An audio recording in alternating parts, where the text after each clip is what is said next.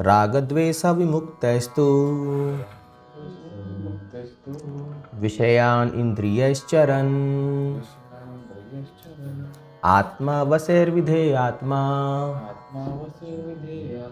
प्रसादम् अधिगच्छति रागद्वेष विमुक्तैस्तु विषयान् इंद्रियैश्चरन् आत्मा वशैर्विधेयात्मा प्रसादम् अधिगच्छति रागद्वेष विमुक्तैस्तु विषयान् इंद्रियैश्चरन् आत्मा वशैर्विधेयात्मा प्रसादम् अधिगच्छति। तो देखिए यहाँ बहुत अच्छा श्लोक है, इंपॉर्टेंट श्लोक है, मीनिंगफुल है। राग द्वेष, राग मतलब अटैचमेंट, आसक्ति, द्वेष मतलब डिटैचमेंट। तो भगवान क्या बता रहे हैं, दोनों चीज से विमुक्त है जो व्यक्ति, दोनों चीज से मुक्त है, राग और द्वेष, और विषयान इंद्रिय चरण। हाँ, तो चरण मतलब जो है जो इंद्रियों के इम्पेटस पर एक्टिव नहीं करता, मतलब इंद्रियों, जैसे मान लो इंद्रिया कुछ काम करने के लिए बोल रही है, विषय वस्तु इंद्रिय भोग के लिए लालयित कर रही है, बट वो उस पर एक्ट नहीं करता। विषयान इंद्रिय चरण, तो इंद्रियों को कंट्रोल करता है, अपने उसको नियंत्रण में रखता है। आत्मा वशैर विधेय आत्मा, आत्मा वशैर मतलब अपने आप को, आत्मा मतलब अपने आप को, वशैर अपने वश में रखता है, मतलब अपने आप को कंट्रोल में रखता है। विधेय आत्मा, विधेय आत्मा, विधेय मतलब देह है। और ऐसा व्यक्ति जो है प्रसादम अधिगच्छति, वो भगवान की कृपा प्राप्त करने का अधिकारी बन जाता है। यहाँ प्रसादम मतलब ये प्रसादम जो हम खाते हैं वो तो प्रसाद है ही, लेकिन यहाँ प्रसादम है द मर्सी ऑफ लॉर्ड। तो प्रपद चैप्टर में ट्रांसलेशन में लिख रहे हैं कि जो व्यक्ति राग और द्वेष, अटैचमेंट और एवर्सन से मुक्त है और अपने इंद्रियों को निग्रह में रखता है, और जो इंद्रिय निग्रह के 4 नियम का पालन करता है। तो यहाँ पर रेगुलेटरी प्रिंसिपल्स की बात कर रहे हैं प्रभुपाद जी, जो 4 नियम प्रभुपाद जी ने बनाया, no meat eating, no illicit sex, no gambling, no intoxication. ये 4 नियम बहुत इंपॉर्टेंट है। अगर हम 4 नियम का गंभीरता से पालन करते हैं और पूरा फुल प्रयास करते हैं तो हम भगवान की कृपा प्राप्त करने के योग्य बन जाते हैं। तो इसलिए आप देखिए इस्कॉन में जो लोग बहुत जल्दी प्रगति करते हैं भक्ति पर, आप अगर रिलेटिवली देखेंगे तो 1 साल में लोग बहुत अच्छे भक्त बन जाते हैं और बहुत मतलब ज्ञानवान हो जाते हैं, बहुत सारा चीज़ वो कार्य कर सकते हैं।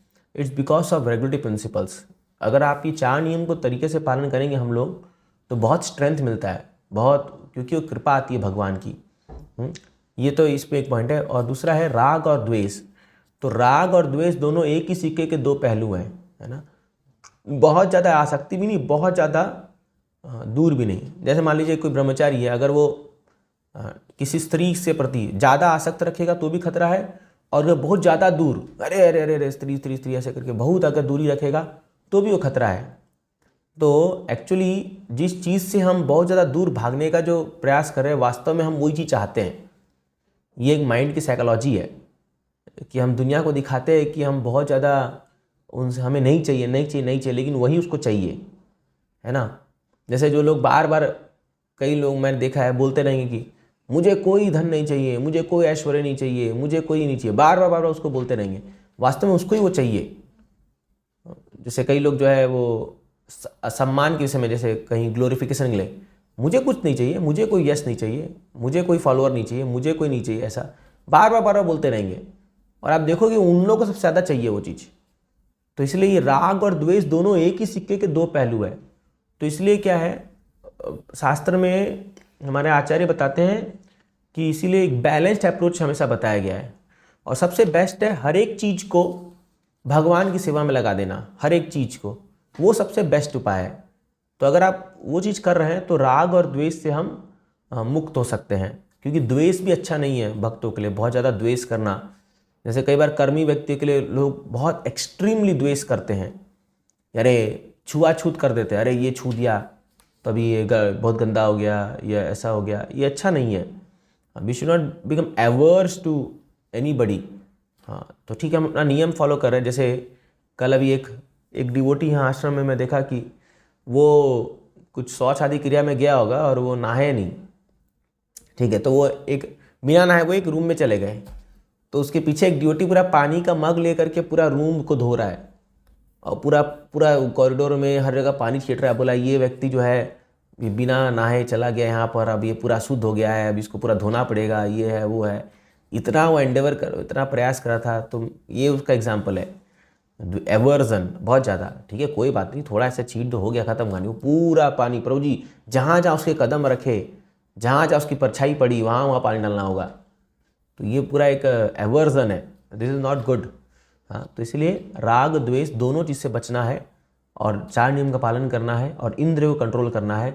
Then we can get the complete mercy of lord. तो लिखते he can obtain complete mercy of Lord.